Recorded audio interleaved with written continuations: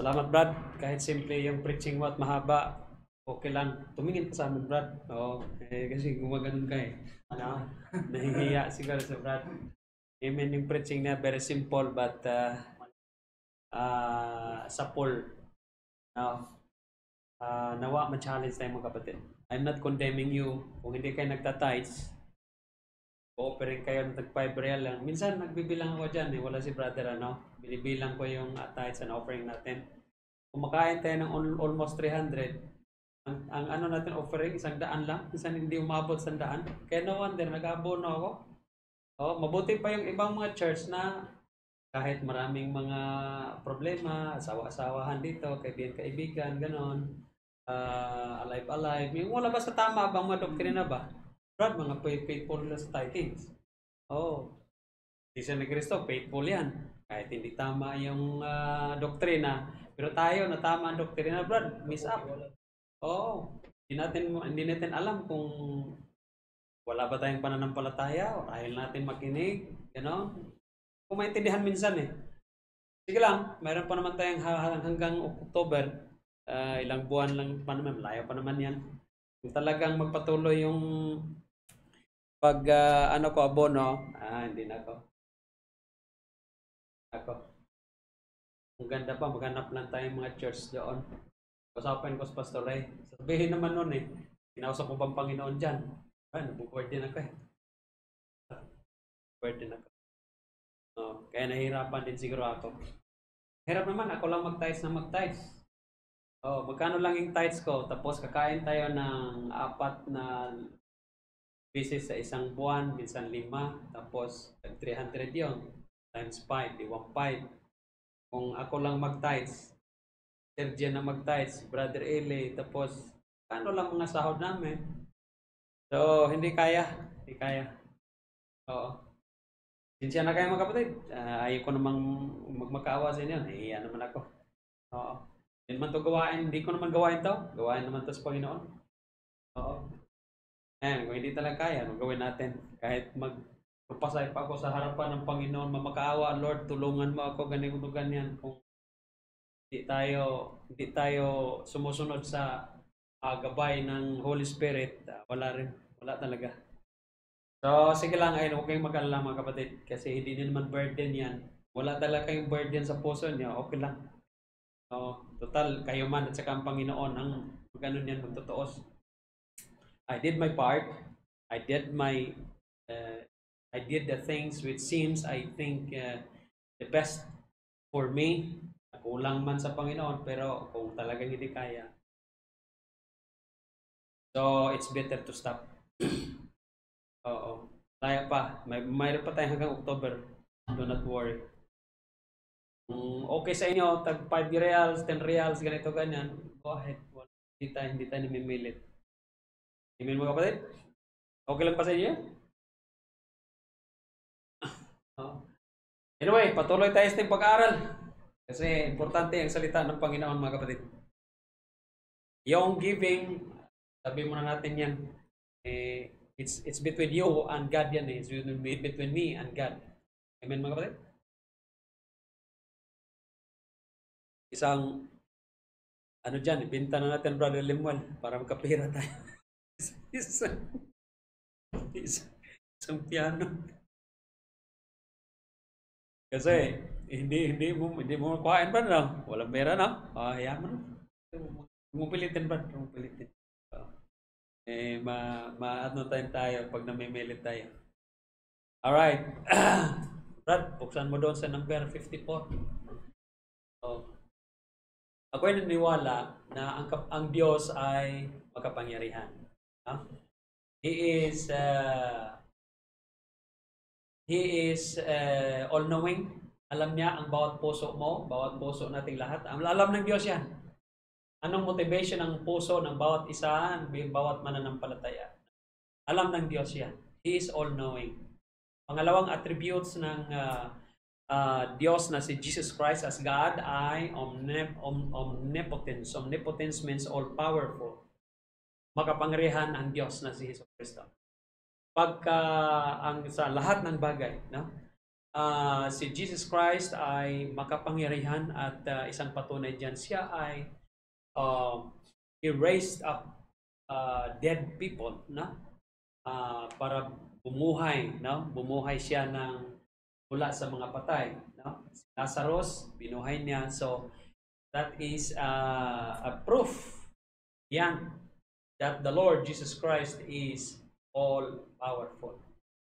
And another attributes of the Lord Jesus Christ is omnipresence. Omnipresence meaning He is everywhere.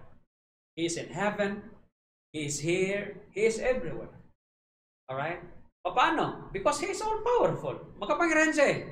Alam natin na sa ating pag-aaral that the Lord Jesus Christ is present everywhere. He is omnipresence. That is His attribute, being a God, no? All right. So ipakita natin, we will establish today sa ating pag-aaral the Lord Jesus Christ having the attributes of being an omnipresent and everywhere, no? So in John chapter 3 verse 13, ang sabi diyan, Christ was in heaven while He was bodily present on earth. Si Jesus Christ, yung bodily, yung kanyang katawan, kasama siya ng mga mananampalataya, mga kapatid. Alright? Habang kausap nga niya yung mga disciples niya, yung mga apostles niya, habang kausap niya, sinabi niya na He was in heaven. He was in heaven while He was present bodily with them, with the disciples and apostles. So isang pagpapakita na si Jesus Christ ay sa kanyang kapangyarihan, siya ay everywhere.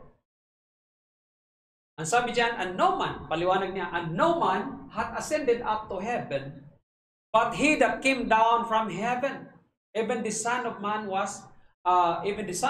which is in heaven. So dalawang words diyan na magpapakita na si Jesus Christ is present everywhere. Anong sabi diyan? No man hath ascended up to heaven. Walang pumanik sa kalangitan. Kundi siya nang bumaba mula sa langit patungo dito sa lupa. Na nagmula siya sa kalangitan. Sino yan? Siya. Tinutukoy na sarili niya. Walang tao makagagawa niyan. Kaya hindi mo pwedeng sabihin na si Jesus Christ ay Diyos, hindi Diyos, na nagagawa nga niya yung mga bagay na mula siya sa langit, pumanik siya sa lupa. Magagawa bang tao yon? Hindi. Tapos sabihin mo lang na si Jesus Cristo ay tao lamang? Hindi. Pwedeng sabihin mo ganyan. Diyos lang makagagawa niya. Ang tao makagagawa niyan ay may kapangyarihan, katulad ni Jesus Christ, walang makapanik sa langit, wala kahit sinong tao. Kailangan ang kapangyarihan doon. At nagawa ni Jesus Christ yan. Pumanik siya sa langit. Bakit? Diyos naman siya. Walang makapanik sa langit, kundi siya man din ang bumaba na mula sa langit. Yan ang ibig sabihin niya. Sino yung bumaba mula sa langit? The Son of Man.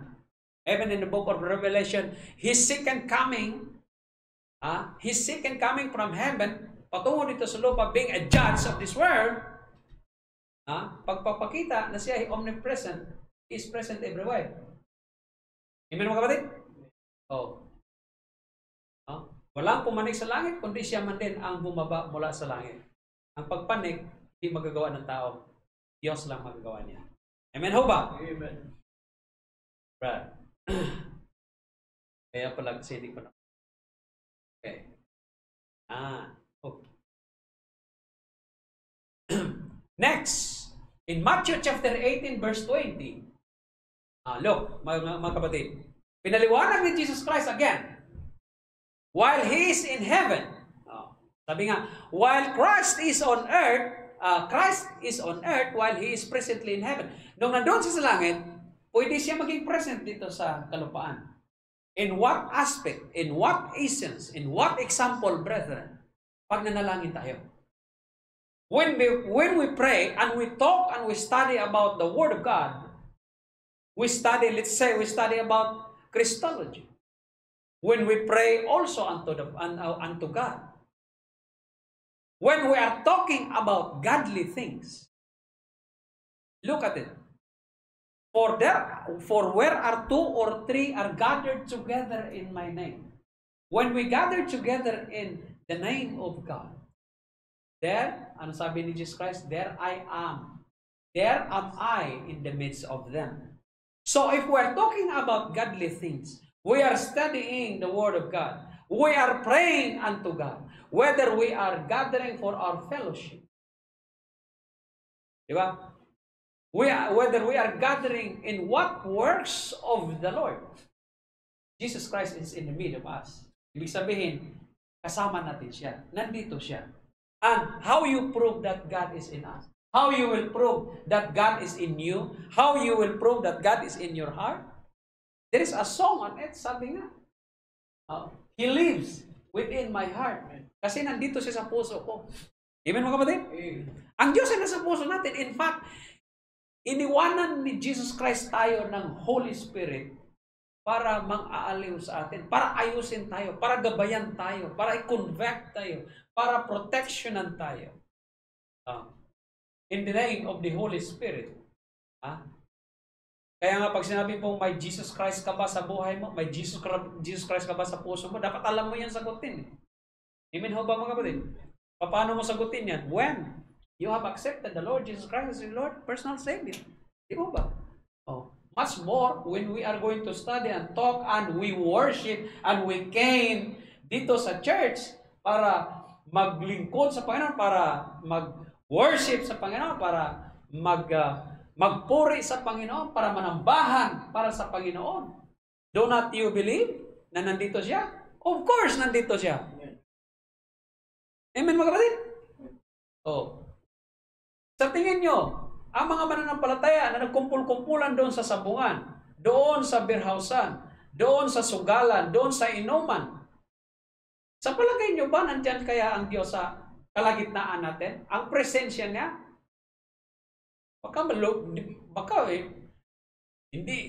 Hindi siya malugod sa gagawin mong yan.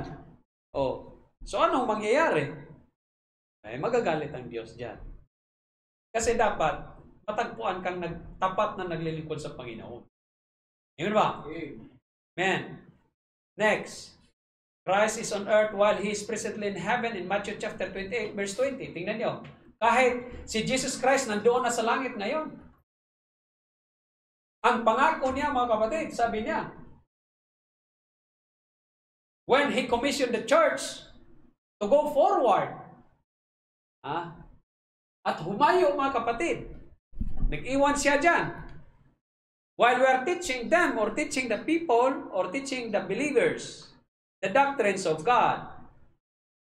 Yan ang ibig sabihin, whatsoever things I have commanded you. There are lots of commandments of the Lord Jesus Christ while He was here on earth. Bago siya pumanik sa kalangitan, marami siyang tinuro mga kapatid. Diba? Marami siyang tinuro. Kaya nga sabi dyan, I am with you always. Kasama niyo ako. Kasama niyo ako. The Holy Spirit is in us.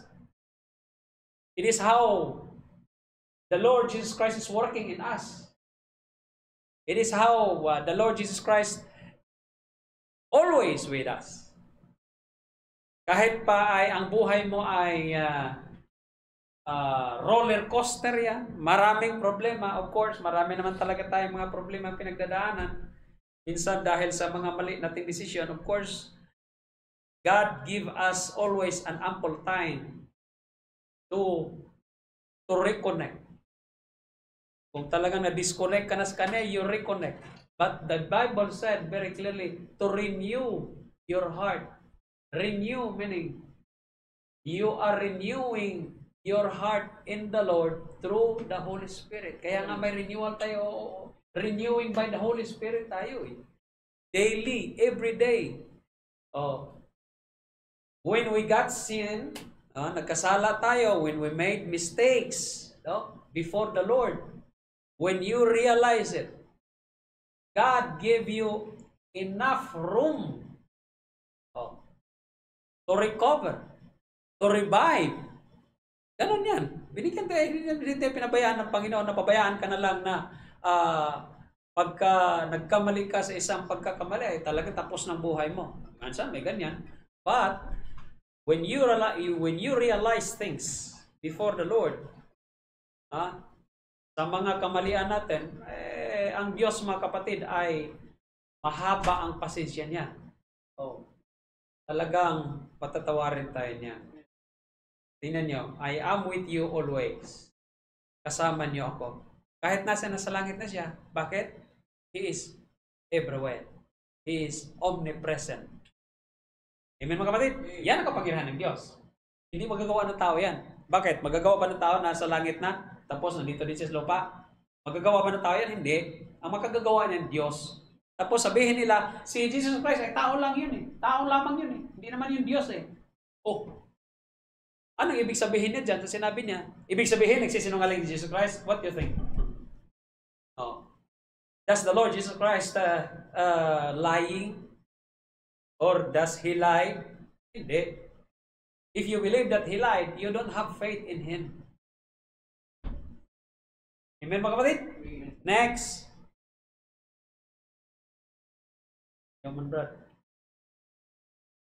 Christ fills all, and He was with the Father. Kita mo yan. So because of His attributes being God, an omnipresent God, He was with the Father. Tingnan nyo. In Ephesians 1:23, sa panulat ni Apostle Paul testified. In Ephesians chapter 1, verse 23, sabi niya, which is His body. The body of the Lord Jesus Christ, when He is on earth, the fullness of Him that filleth all in all. The fullness of His godliness. Yung kapunuan. Yung kapunuan ni Jesus Christ as God. And in Colossians 1:15, who is the image of the invisible God, the firstborn of every creature. The firstborn, unang ipinanganak ng God the Father. God the Father, ha? Kaya nga sabi niya, God the Father. Kaya nga sabi ng God the Father, today have I begotten thee. Kita mo yung wordings na ginamit, firstborn of God the Father. Yan. Among the creatures. Bakit? Kasi ipinanganak siya by the operations of God. Tandaan niya. Kaya nga sabi, pag nakita mo na si Jesus Christ, nakita mo na din ang God the Father. Bakit? In Him, kung ang God the Father is omnipotent, omnipresent, and omniscient, the Lord Jesus Christ also is omnipotent, omnipresent, and omnipresent. He is equal with God in power. Tama yan? Kaya no wonder, sabi din sa Colossians 1:19, for it pleased the Father that in Him should all fullness dwell. Fullness dwell. Fullness of godliness. Yan. Kaya kung maalala ninyo doon during the earthly ministry of the Lord Jesus Christ, may isang may isang apostle doon nagtanong in the name of Philip. Okay? Si Philip ay kapatid ni Bartolomeo. Okay? Si Bartolomeo, yun siyang si Nathaniel doon sa Book of John.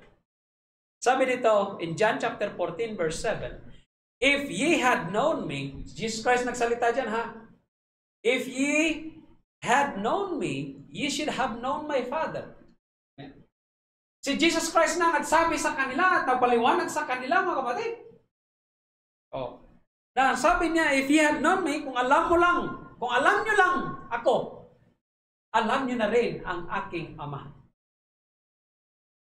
And from henceforth, ye know Him and have seen Him. At mula ngayon, alam nyo na, nakilala niyo na siya, at nakita niyo na siya. Ang pandinig ng mga disciples niya, mga apostles niya, ay talagang hindi na nakuha agad. Ito si Philip, ang sagot niya, Lord, show us the Father, and it sufficeth me. And sufficeth us. Sufficeth meaning, sapat na sa amin. Ipakita mo ang God the Father sa amin. At sapat na sa amin yan. Tingnan niyo yan. And in John chapter 14 verse 9, Jesus said unto him, have I been so long time with you? Matagal na ba niyo akong kasama? Matagal na akong kasama? Ano sagot niyo? Ano sagot ng mga disciples at saka apostle? And yet, hast thou not known me, Philip? Hindi mo pa rin ako kilala, Philip. Kaya paliwanag ni Jesus Christ, he that hath seen me hath seen the Father. And how say yes?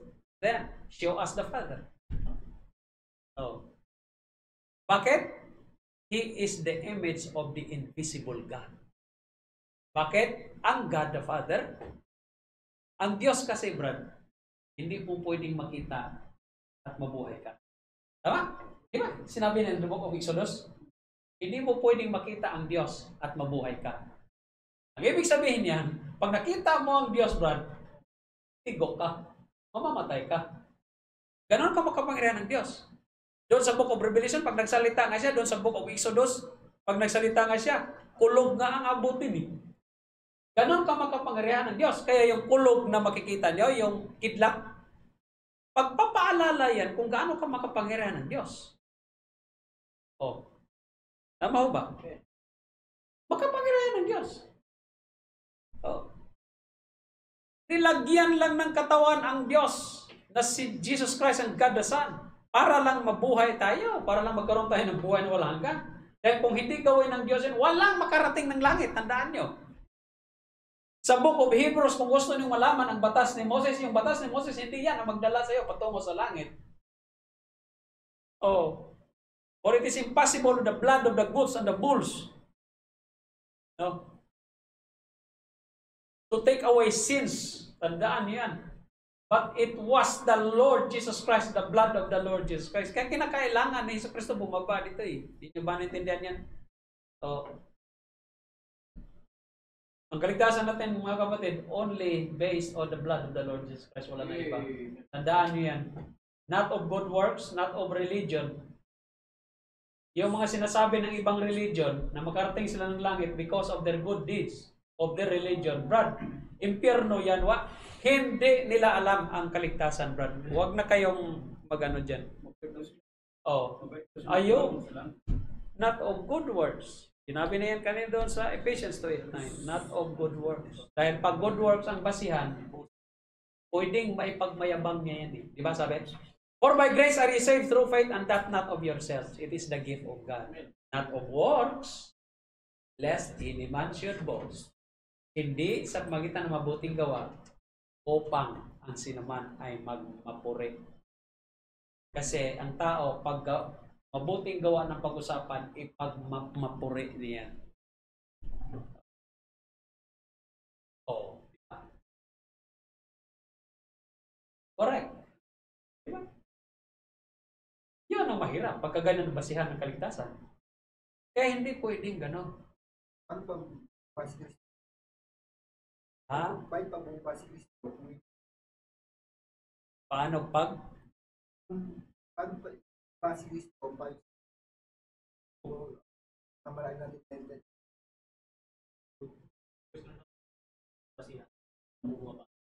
Oh, tama.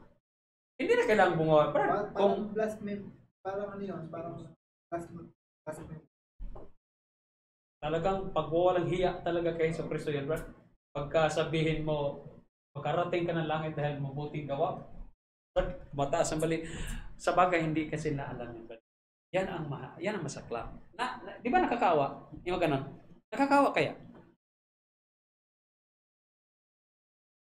Pupunta ka ng langit dahil mabait ka or may relihiyon ka, Brad, mali yun. Maawa ka kasi hindi na alam ang katotohanan. Tayo, salamat sa Diyos. No? Kasi sabi nga, and ye shall know the truth shall make you free. Ang katotohanan magpapalaya sa atin. Sino yung katotohanan yon? Jesus Christ. Kasi sabi niya, I am the way, the truth, and the life. No man cometh unto the Father but by me. So, ibig sabihin, hindi ka makarating ng langit kung hindi dahil kay Jesus Christ. Siya ang nagpapalaya sa atin mula sa maling katuruan. Kasi sabi doon sa John chapter 5, 8 verse 36, and if the Son therefore, siya yung truth ha, tas binigyan na talaga ng pangalan, the Son na. If the Son therefore hath make you free, then you shall be free indeed. Malaya ka talaga, kapatid. Nakalaya ka doon sa maling katuruan ba? Nakalaya ka doon sa maling kaligtasan. Nakalaya ka doon sa maling religion. Nakalaya ka doon sa maling pananampalataya.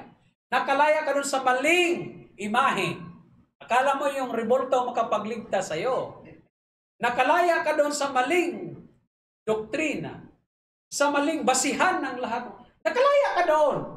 Ano papalaya sa'yo? Ibig sabihin ang nagpaliwanag sa'yo, nagbukas sa'yo ng isipan mo, nagbukas sa'yo ng kung anong tama, si Jesus Christ yun.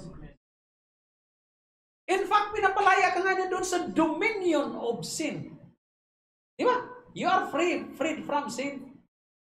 Ibig sabihin, hindi naman ibig sabihin na hindi ka na magkasala. Magkasala ka pa rin. Pero the dominion of sin. Hindi naman ka ba? You are slave of sin ba?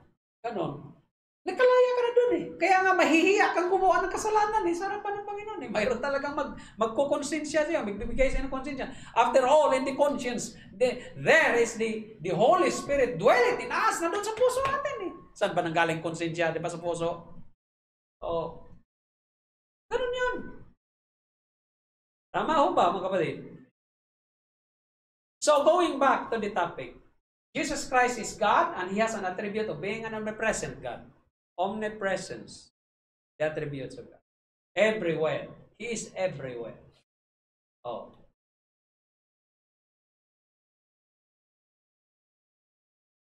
Christ feels all and was with the Father. O, kita mo, pinakita dito na si Jesus Christ was with the Father.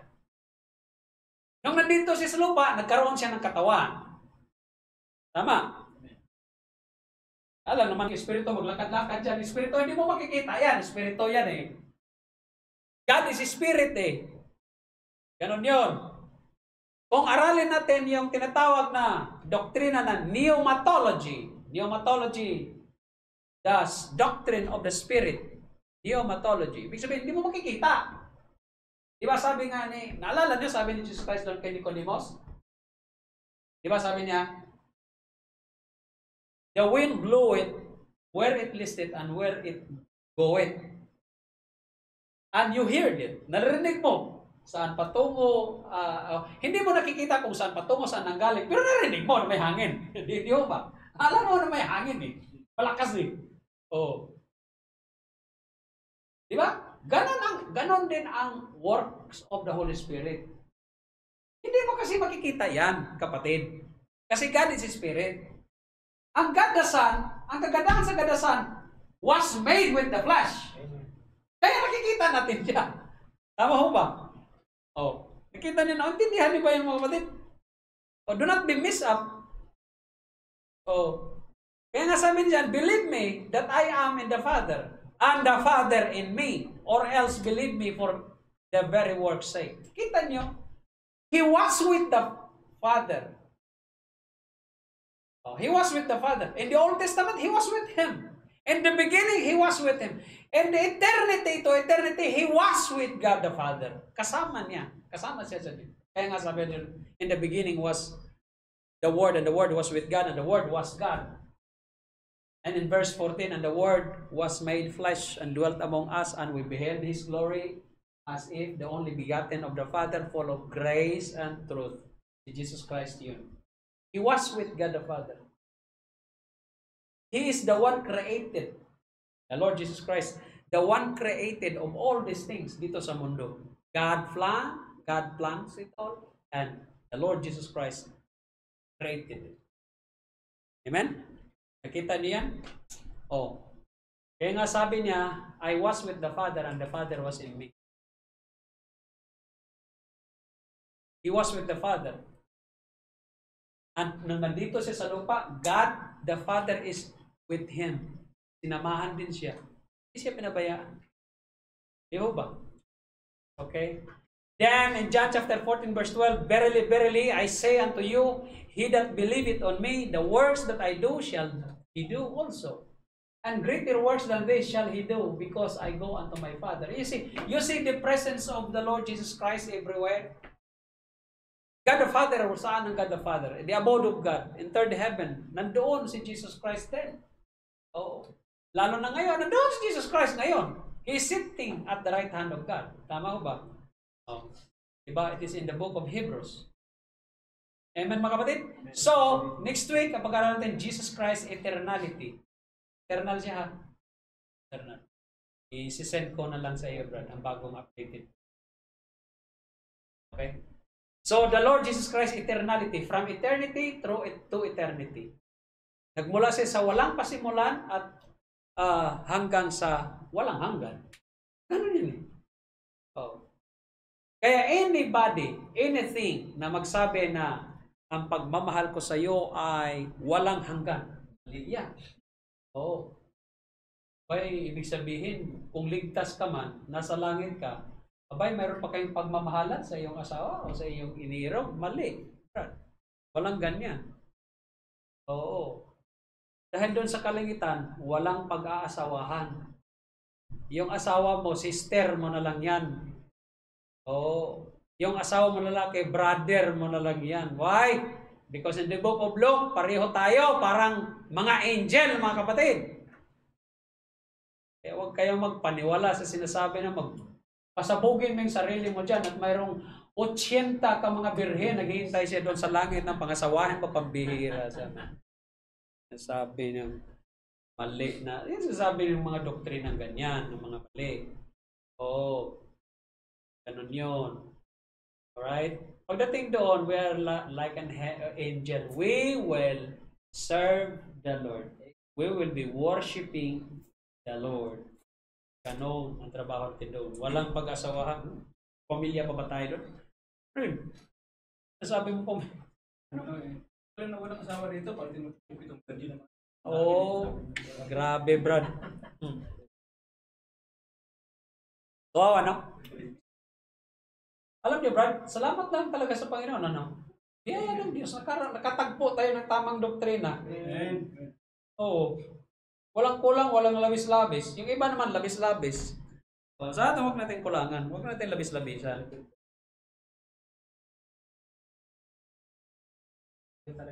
Kung Muslim. Oo. Moro kasi ang Correct. Salamat sa Panginoon. Talaga naman. Any question? Would you like to question the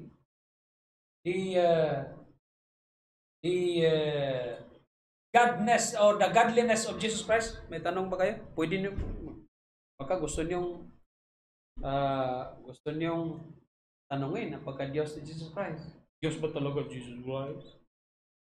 Mayroon nga nagsabi dyan eh, kung talagang Diyos daw siya, bakit hinahayaan niya na ang mundo daw magkaganito? Sisi niyo na naman. Huwag kang sihin ng Panginoon pagdating sa problema ng mundo. Oh. Kasi ang origin ng lahat ng ito, si Satanas ang okay? Oh, di ba mga kapatid?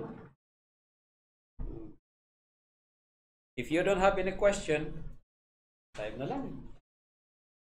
Isa tayo ng alawan na, brad. So, Jesus Christ has an attribute as God. Una ay omniscient. Omniscient. Omniscient, all-knowing. Then, omnipotent or omnipotence. No? Ibig sabihin, all-powerful. Then, omnipresence. His presence everywhere. Mayroon pang mga subtopic dyan na magpapatunay ng kanyang pagka-Diyos. Okay. The eternality of the Lord Jesus Christ, yung holiness niya, ganyan. Isali natin yan bago matapos yung bago tayo mag-move sa another sa pagka-deity ni Jesus Christ. Amen. Let's pray. Heavenly Father, once again, Lord, we thank you, God, for today. Salamat, Panginoon, sa turo ngayong araw na ito, God, the omnipresent attributes of the Lord Jesus Christ. Si Hesus Kristo po ay present everywhere, O Lord, and we do believe on that. And we thank you, O God, for having this doctrine na natutunan po namin. Purihin po yung pangalan, O Diyos. Jesus Christ ay present everywhere na ang lahat ng bagay ay hayag na hayag sa Kanya. Panginoon, gabayan niyo po ang bawat isa, mga kapatiran. Patuloy niyo po kaming pagpalain at pungunahan.